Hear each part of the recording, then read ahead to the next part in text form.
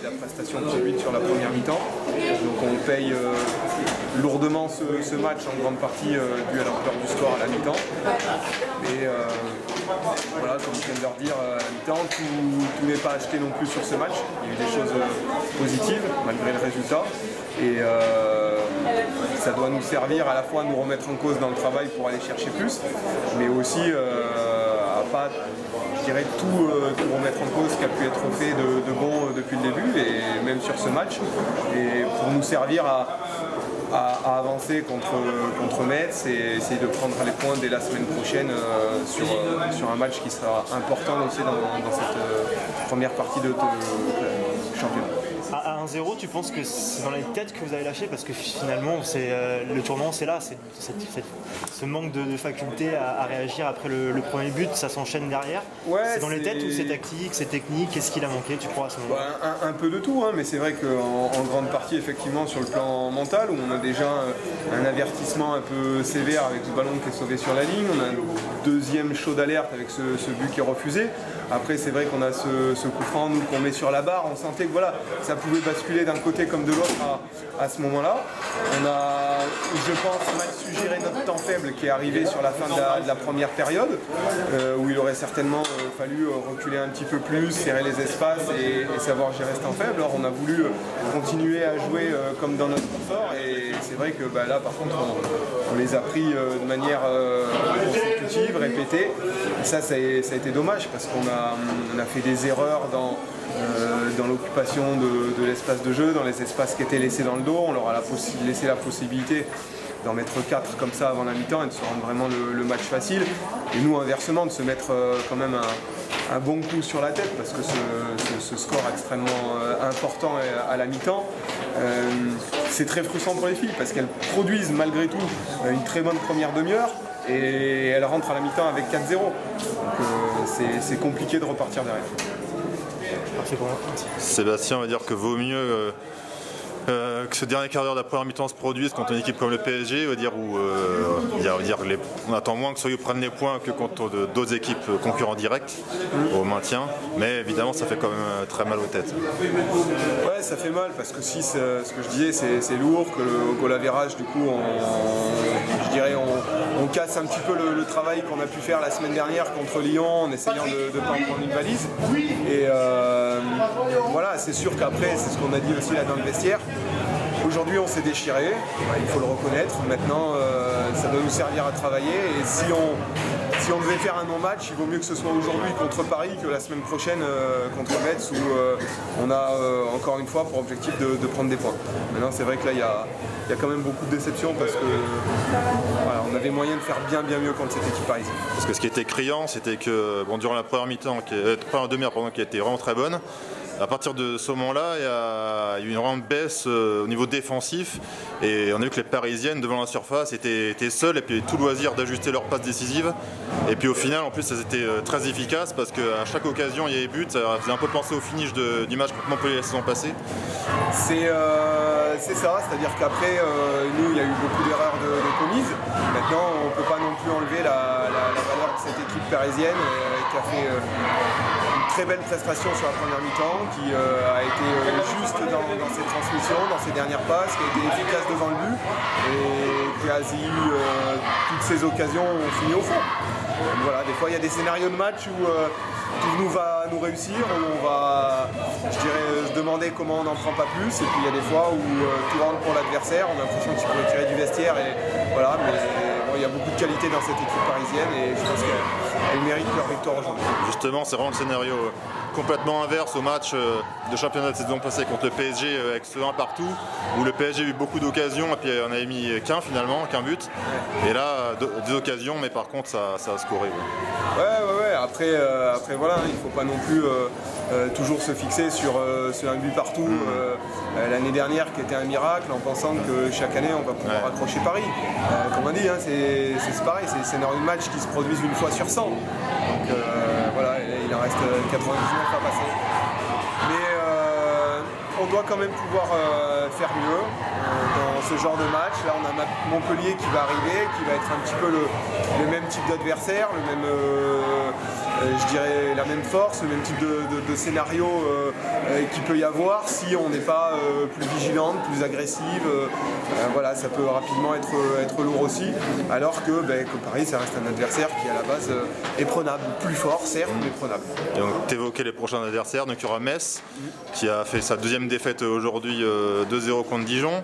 Et puis après Montpellier qui a encore perdu aujourd'hui, donc qui va vraiment se racheter et puis essayer de bien commencer sa saison avec aussi un premier match compliqué. Donc voilà, c'est 2 matchs à faire, c'est-à-dire 3 points quasiment obligatoires contre Metz. Nous, c'était l'objectif dans le tableau de marche. Sur les 5 premières journées, c'était Rodez et Metz où on a l'obligation de prendre des points dans ces matchs-là. On va essayer d'accrocher un des 3 gros pour aller prendre ces points bonus, comme on dit. Maintenant, on n'y est pas parvenu sur Lyon ni sur Paris, il en reste encore un. Mais voilà, pour l'instant, on n'a pas du tout la tête à Montpellier. Ils sont effectivement sur une période un petit peu difficile, mais il y a 15 jours, ça peut vite changer. La confiance, ça va vite d'un côté ou de l'autre. Et puis il y a surtout des adversaires qui sont de plus en plus grande qualité à chaque match. Si Montpellier n'a perdu, ce n'est pas que dû à eux-mêmes. Il y a une très belle équipe bordelaise, il y a certainement encore une très belle équipe de Fleury aujourd'hui. Et voilà, il ne faut pas mettre que la défaite de Montpellier sur le dos d'une contre-performance ou d'une méforme actuelle. Il y a aussi la forme de l'adversaire qui est à prendre en compte. Merci Sébastien, bon travail et puis rendez-vous la semaine prochaine à Metz. À la semaine prochaine. Olivier, il y a eu un moment clé, un quart d'heure avant la mi-temps, où vous avez su forcément vous faciliter le match. Donc comment vous avez jugé cette partie de la rencontre? Il y en a eu 2, je pense qu'on résumait bien le match. Une première demi-heure où on n'a pas réussi à rentrer dans notre match, où l'équipe de Soyaux nous a énormément pressé, nous a mis en difficulté. On aurait presque mérité de marquer avec la frappe sur la barre, le coup franc. Je pense qu'on devait avoir le match il y a 2 jours contre Saint-Potin en Ligue des Champions, plus le long déplacement. Moi, je m'y attendais un petit peu. Puis finalement, on a su retrouver, on va dire, un petit peu de fraîcheur. Et cette fin de première mi-temps a été tonitruante avec 4 buts marqués. Et là, on a su être très très efficace. Dans le jeu, c'était réellement le rouleau compresseur quand ça a commencé à vraiment bien marcher à la 20-25e. Ça s'est mis en place. C'est toujours plus facile quand vous marquez 2, 3, 4 buts avant la mi-temps. Pour moi, c'est trop cher payé par rapport à la prestation de Soyaux. Il faut reconnaître qu'elles ont réalisé vraiment une très très bonne première demi-heure et que malheureusement elles n'ont pas su profiter de leur temps fort pour marquer. Et nous, on a subi et on a réussi à les prendre en contre, à marquer ce but qui nous a un peu délivré. Et puis on a enfoncé le clou. Puis une deuxième mi-temps où on a su bien gérer les situations, on les a fait beaucoup courir. Et bon, le score aurait pu être encore plus important, mais je trouve qu'on les a respectés. 3 matchs de championnat, de la Coupe d'Europe, comment vous jugez, vous en êtes tout de votre potentiel physique, athlétique, il y a encore de la montée en puissance ou vous arrivez déjà à quelque chose de concret là? Non, là on est encore aux prémices. On est vraiment aux prémices parce qu'on vient de récupérer de nouvelles joueuses il y a tout juste 10 jours. Il faut qu'on trouve les automatismes, pour beaucoup ce sont des étrangères. Donc on a quand même 12 nationalités dans le vestiaire, c'est pas rien. Mais en même temps, on sent qu'il y a une vraie envie de faire les choses bien, ensemble, une vraie cohésion. Maintenant, on va insister beaucoup plus encore dans le jeu parce que je pense qu'on a une grande marge de progression. C'est pour moi. Merci beaucoup. Olivier, vous avez parlé des recrues, on les a vus aujourd'hui à l'œuvre, signé Brune, Naïta Zamanian, Wang Chuang qui est rentré, puis qui fait des très bons débuts au PSG. Comment vous jugez ces débuts? Ils sont assez bons. Après, on se doit de faire aussi des turnovers parce qu'on joue tous les 3 jours et qu'on y associe beaucoup d'énergie. Et j'avais décidé de ne pas la faire débuter, Wang, pour pouvoir un petit peu la préserver en vue des prochaines semaines et des échéances à venir. Après, elles vont doucement toutes s'adapter, s'acclimater. Bon, je suis très très content pour Brune, la vraie buteuse, qui marque. Marie-Antoinette a marqué, Kadi Diani a marqué. quand les attaquants elles marquent, c'est toujours très très bon signe. Oui, je voulais insister sur Anita Zamagnan. On l'a vu à la Coupe du Monde du vin, on a vu ses qualités techniques qui sont vraiment assez rares en France, mais on voit qu'il lui manque encore évidemment beaucoup de choses vu qu'elle est jeune. Moi personnellement j'espère qu'elle va beaucoup apprendre au PSG. Vous, comment vous voyez sa progression? Je vous l'avais dit, elle est en phase, je pense, d'apprentissage parce qu'elle découvre mine de rien la France, le championnat français, la culture aussi qu'il y a autour, la culture du travail, la culture du collectif et je pense qu'il va falloir lui laisser un petit peu de temps. C'est vrai qu'elle a aujourd'hui encore des manques, mais croyez-moi, dans quelques semaines, voire quelques mois, elle les aura bien comblés et ce sera une des joueuses certainement déterminantes du Paris Saint-Germain. Donc pour vous, ce sont vraiment des bons débuts. Premier match un peu compliqué en D1 contre Fleury, et là c'est parti, le PSG marque beaucoup de buts, ça donne la confiance. Plus compliqué, je ne sais pas, quand vous regardez le résultat de cet après-midi, Montpellier qui va jouer à Fleury et qui perd, on se dit que nous finalement on a fait un très bon résultat. Et avec un effectif qui était très amoindri. Maintenant, oui, on est peut-être lancé, mais tous les matchs sont compliqués, tous les matchs sont difficiles, à l'image de celui qu'on vient de faire là sur les 30 premières minutes. Donc on se doit d'être professionnel, sérieux, appliqué et de montrer que le Paris Saint-Germain cette année sera là. Et enfin pour finir, votre arrivée au sein du groupe en succession de Patrice Lair, comment ça se passe? Vous avez évidemment connaissez le foot féminin, vous étiez à la tête de l'équipe de France féminine, et donc du coup comment se passent ces débuts? Très bien, écoutez, très bien, on prend ses marques, on découvre aussi pour certaines des joueuses, un groupe, on apprend un petit peu à les connaître. L'objectif c'est d'aller le plus haut et le plus loin possible parce qu'elles ne savent pas jusqu'où elles sont capables d'aller. Elles n'en sont pas encore conscientes et l'idée c'est de leur faire bien prendre conscience de ce qu'elles peuvent faire encore. Eh bien, bonne saison à vous, bonne chance en Coupe de France, championnat et aussi en Ligue des Champions. Merci bien. Merci. Sarah, défaite 6-0 ici à Le Bon aujourd'hui contre le PSG. Quel est le premier sentiment à chaud? Difficile à gérer parce que 6 ça fait beaucoup. Sachant que la semaine dernière on a été solide, on s'est bien battu, on en a pris que 4 contre Lyon. Là c'est embêtant d'en prendre 6 contre Paris. Pas que. Enfin ça m'embête puisqu'on était en place quand même. Les 25 premières minutes on a réussi à les mettre en difficulté. On était en place, donc c'est embêtant 6. C'est sévère en fait. Ce qu'on a produit c'est sévère. Il y a eu un vrai trou d'air avant la mi-temps, là, où vous encaissez des buts coup sur coup, vous avez lâché moralement, qu'est-ce qui s'est passé? Je sais pas, j'aurais même dit après la pause fraîcheur, moi. J'ai trouvé que ça nous avait... ça n'a pas joué en notre faveur, en fait, cette pause. Je sais pas, non, je pense pas que ce soit un manque d'envie, hein, pas du tout. Vu les réactions dans le vestiaire, non, c'était pas un manque d'envie, on était frustrés, même un peu énervés contre nous, parce qu'on ne mérite pas d'en prendre 4. Quoi. En première mi-temps, on ne mérite pas du tout d'en prendre 4. On fait le travail, on est en place, on arrive à les embêter. Boubou a fait une barre, enfin, on a des occasions quand même. Il y a ta tête aussi, tout début de match. Il y a ma tête, mais bon, enfin, celle de Boubou elle est vraiment belle, quoi. Elle va la claquer sur sa barre. On n'est pas récompensé des efforts qu'on a fournis, c'est dommage. Et 6, en fait, c'est vraiment ça. On a fourni pas mal d'efforts en 25 minutes, même si on sait qu'un match c'est 95. 4 en 20 minutes, c'est difficile. Vous avez joué là les deux ogres de la poule coup sur coup, Lyon puis le PSG aujourd'hui. Le déplacement à Metz devient, lui, par contre, beaucoup plus important par rapport aux objectifs qui sont les vôtres. Oui, de toute façon, ils sont tous importants. Hein. Oui, c'est vrai que là, c'était vraiment des gros, Montpellier, Paris FC, pardon. Mais oui, là, la semaine prochaine à Metz, ça va commencer à être primordial. Hein, le championnat va être très serré. Vu les scores, on voit qu'il y a des scores qui sont un peu surprenants. Donc nous, il ne faut pas qu'on perde des points. Il faut qu'on aille les chercher, on ira les chercher. On a le groupe qu'il faut. On est solidaires, on a envie de faire quelque chose ensemble, donc on va le faire. Parfait pour moi. Merci beaucoup. Sarah, niveau personnel, toi, tu es une attaquante historique de Blanquefort qui est devenue Bordeaux. Voilà, malheureusement, tu avais moins de temps de jeu la saison passée aux Girondins. Et donc tu as fait le choix de venir à Soyaux. Pourquoi avoir choisi Soyaux? Parce que le projet m'a plu. Le coach a été persuasif, on va dire. Et très... on sentait qu'il y avait un vrai fond, vraie envie de faire quelque chose dans ce championnat. Donc voilà, ça m'a convaincu de venir ici et je connaissais un petit peu l'état d'esprit et le truc qui ressort, c'est le club familial. C'est ce que j'avais envie de retrouver après ce que j'avais vécu à Blanquefort.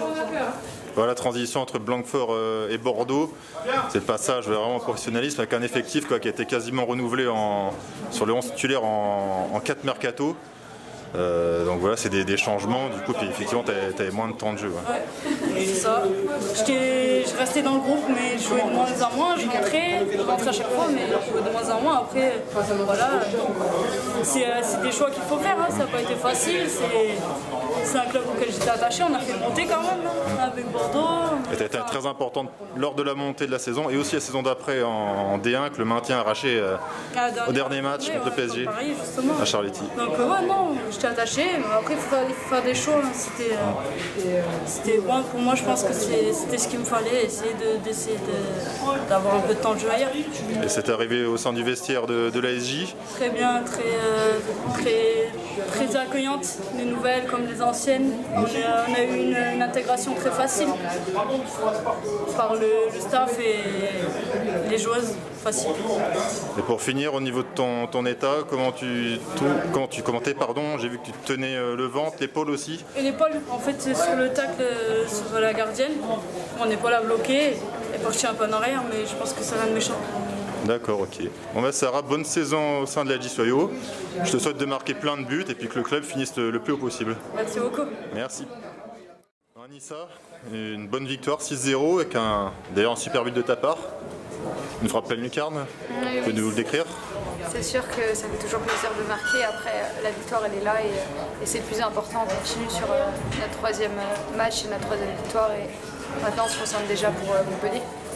Tu aimes bien marquer contre Soyo parce que tu as déjà marqué un super but il y a quelques temps, une victoire 2-0. Avec une vidéo que j'avais partagée et qui avait été beaucoup partagée sur les réseaux sociaux. Oui, c'est vrai, effectivement. Après, contre Soyo, que ce soit une autre équipe, ça serait une autre équipe. Je pense que si je pouvais marquer, j'aurais marqué.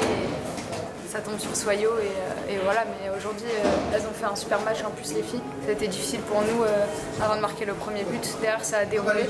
Mais c'était vraiment un bon match, je pense, aujourd'hui. Quand tu dis super match, c'est plutôt aussi perdre 30 par minute parce qu'après c'était compliqué, vous avez profité, marqué 4 buts à la fin de la première mi-temps. Ouais, c'est sûr, mais ils nous ont vraiment embêtés, même à la fin. Il fallait rester concentré et voilà, il fallait pas prendre, on n'a pas du tout pris le match à la légère et je pense qu'en continuant à marquer, on sait qu'on respecte l'adversaire et qu'on continue sur la lancée du match. Toi qui es une joueuse très technique, on te connaît, on a vu te faire des petits gris-gris.